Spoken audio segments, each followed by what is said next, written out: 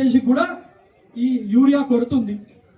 అది మీ ఎన్డీఏ కూటమిలే, మరి మీరు బీజేపీనే, ఎన్డీఏలో మీరు ఉన్నారు కదా, మరి మీ ప్రభుత్వమే అక్కడ ఉంది. మరి అక్కడ ఎందుకో మరి కొరత అక్కడ కూడా ఎందుకు ఉంది అంటే ప్లానింగ్ వాళ్ళకు తప్పిన. చంద్రబాబు నాయుడు 4వ ముఖ్యమంత్రి, సీనియర్ అంటే అంత పెద్ద మనిషి కూడా తప్పినట్టేనా? సో ఈటల రాజేందర్ గారు, మీరు బీజేపీ ఇస్తలేదు యూరియా, మీరు మీ వైఫల్యం అక్కడ సెంటర్లో మీరు ప్లానింగ్ చేసుకోలే, మీ అధికారులు ఫెయిల్ అయినరు. సో దయచేసి మీ పెద్దలు అట్లా వచ్చినప్పుడు రైతులను రాజకీయంగా మాట్లాడండి, చేస్తారు. రైతులని మీరు ఇబ్బంది పెట్టే విధంగా మీరు దయచేసి మాట్లాడవద్దని నేను ఒకసారి తెలియజేస్తూ, మరి దాంతో పాటు ఇద్దరు దొందు అంట, ఇంకోళ్ళు ఇటు బీజేపీ, ఈ దొందు బీఆర్ఎస్. మరి దాంట్లో వర్కింగ్ ప్రెసిడెంట్ కేటీఆర్ గారు వారు కూడా నిన్న మాట్లాడుతూ ఇక వారు చెప్పేది, ఇద్దరు ఎట్లుంటారంటే వాళ్ళ గురించి మీకు తెలుసు, బీజేపీ రెండు ఒకటే. అది నేను చెప్పలేదా, వాళ్ళ సొంత కేసీఆర్ గారి కూతురే కవిత గారు స్వయాన వారే చెప్పిన. అవునా కదా? వీడియోలు చూసినా లేదా? వాళ్ళని సస్పెండ్ చేశారు, వరకు తీసుకొచ్చారు. నిజాలు చెప్తే వాళ్ళ పక్క సస్పెండ్ చేశారు. కేటీఆర్ గారు ఏమన్నారు, ఎవరో ఒక ఎమ్మెల్యే, కాంగ్రెస్ పార్టీ ఎమ్మెల్యే వాళ్ళ గన్మెన్ అట, ఒక లోడు యూరియా గాయబ్ చేసింది. గన్మెనే గాయబ్ చేస్తే ఎమ్మెల్యేలు అందరూ బ్లాక్ల, కాంగ్రెస్ పార్టీ బ్లాక్ల యూరియా అమ్ముతుందని మరి కేటీఆర్ గారు చెప్తున్నారు. బ్లాక్ల యూరియా అమ్ముతుందని కేటీఆర్ గారు మా కాంగ్రెస్ పార్టీ పైన నిందలేసింది. మరి నేను అడుగుతున్నా, గన్మెన్ పనిచేస్తున్న గన్మెనే ఒక బస్ ట్రక్ గ్యాప్ చేస్తే ఎమ్మెల్యే ఎంత చేయాలి, ఎమ్మెల్యే గొడవ చేస్తాడా అని చెప్పి మాట్లాడుతుంది. నాకు ఎంత ఆశ్చర్యం అవుతుందంటే, ఒక చదువుకున్న వ్యక్తి 10 ఏళ్ళు మంత్రిగా పనిచేసింది, వర్కింగ్ ప్రెసిడెంట్, ఆ రకంగా మాట్లాడితే నాకు ఎంత ఆశ్చర్యం అవుతుందంటే, మరి కాళేశ్వరం ప్రాజెక్ట్ పైన కూడా ఎంక్వైరీలు జరుగుతున్నాయి. అప్పుడు కాళేశ్వరం ప్రాజెక్ట్ ఉన్న ఈఎన్సీ కానివ్వండి, హరేరావు అనే ఒక ఎస్సీ కానివ్వండి, మరి వాళ్ళ 100 కోట్ల రూపాయలు ఆస్తులు దొరికినాయి. అంటే కాళేశ్వరం ప్రాజెక్ట్ లో పనిచేసే ఆఫీసర్ల దగ్గరనే 100 కోట్లు దొరికితే, అంటే మీరు అప్పుడు కట్టించిన వాళ్ళ మీద 1000 కోట్లు మరి ఒప్పుకున్నట్టే కదా మీరు, అంటే మీరు ఒప్పుకున్నట్టే కదా కేటీఆర్ గారు.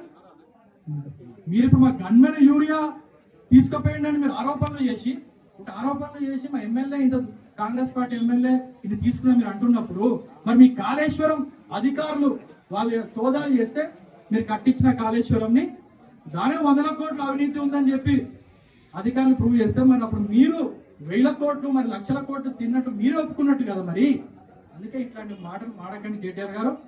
రైతుల విషయంలో సమస్యలు ఉంటే మీరు ప్రశ్నించండి, కలిసి పోరాడదాం.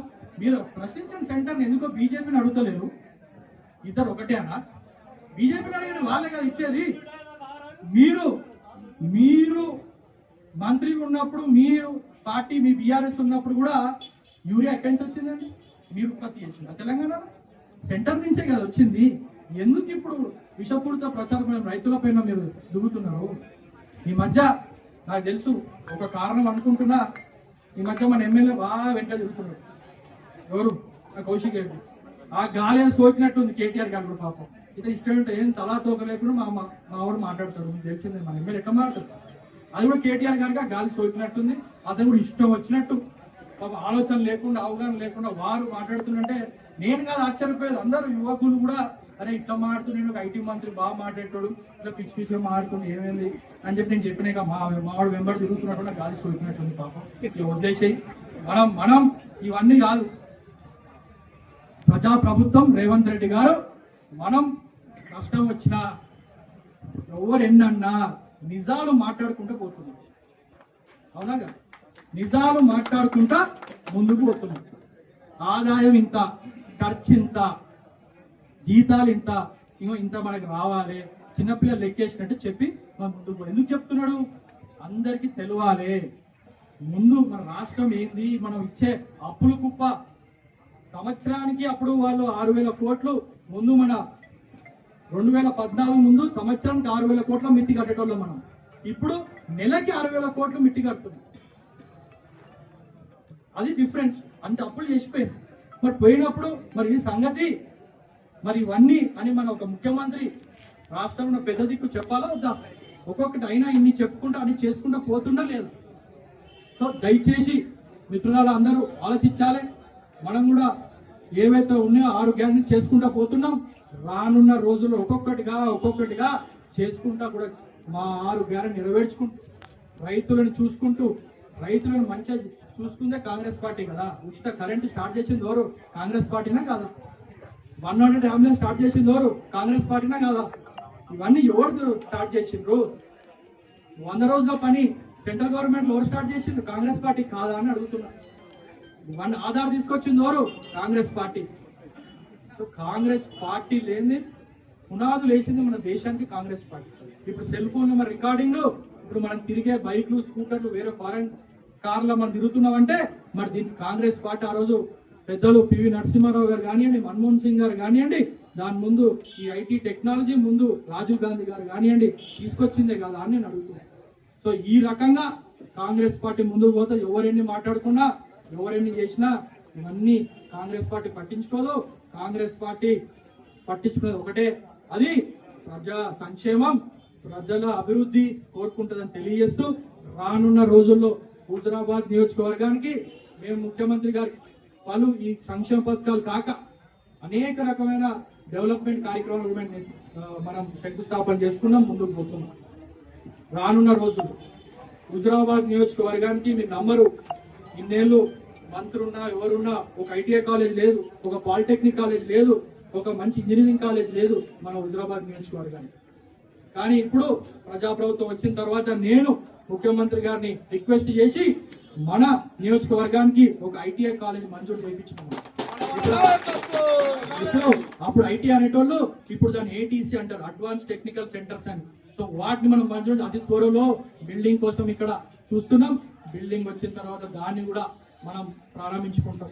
పాలిటెక్నిక్ కాలేజ్ ఒకటి మరియు ఇంటిగ్రేటెడ్ స్కూల్ ఒకటి మన కేసీ క్యాంప్ లా, ఇక మంచి మినీ స్టేడియం ఒకటి. ఇవన్నీ ముఖ్యమంత్రి గారికి మేము అడుగుడు జరిగిందని.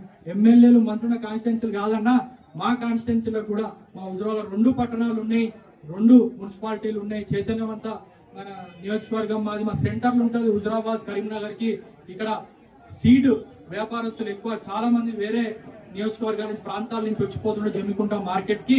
ఖచ్చితంగా మాకు ఇక్కడ ఒక మంచి హబ్ ఉంటే బాగుంటుందని చెప్పి రేపు పాలిటెక్నిక్ కాలేజ్ కానివ్వండి, రేపు ఇంటిగ్రేటెడ్ స్కూల్ కానివ్వండి తీసుకొచ్చే బాధ్యత మేము తీసుకుంటాం. సమయం బట్టి తీసుకొచ్చే బాధ్యత తీసుకుంటామని నేను మరొక్కసారి నేను తెలియజేస్తూ, ఇక్కడ చిల్లరమరల మాటలు మాట్లాడొద్దు. ఫేస్ టు ఫేస్ ఏమైనా ఉంటే అభివృద్ధి పైన మాట్లాడండి. బట్ట కాల్చి మీరు చేసే కార్యక్రమాలు దయచేసి చేసి రైతులని ఆగం పట్టియకండి. రైతుల కష్టాలని మీరు దాన్ని ఏదైతే రాజకీయం చేయకండి అని చెప్పి నేను మరొకసారి తెలియజేస్తూ, చివరిగా యూరియా కూడా అతి త్వరలో మా అగ్రికల్చర్ శాఖ మంత్రివర్యులు తుమ్మల నాగేశ్వరరావు గారు, డిప్యూటీ సీఎం బట్టి విక్రమార్క గారు ఢిల్లీలో అధికారులను కలిసిండ్రు. వాళ్ళు కూడా దాదాపు ఇప్పుడు 3-4 నెలల క్రితం 50,000 మెట్రిక్ టన్నులు మనకు వచ్చడం జరిగింది. అవన్నీ సరఫరా అవుతుంది దఫల వారీగా ఒక్కొక్కటిగా. అది కూడా కొన్ని మండలాలలో సెట్ అవుతున్నాయి, కొన్ని గ్రామాలలో సెట్ అవుతున్నాయి. ఇంకా 2-3 రోజులు అన్ని ఊర్లలో కూడా సెట్ అవుతుందని మరొకసారి నేను తెలియజేస్తూ, మరి మనం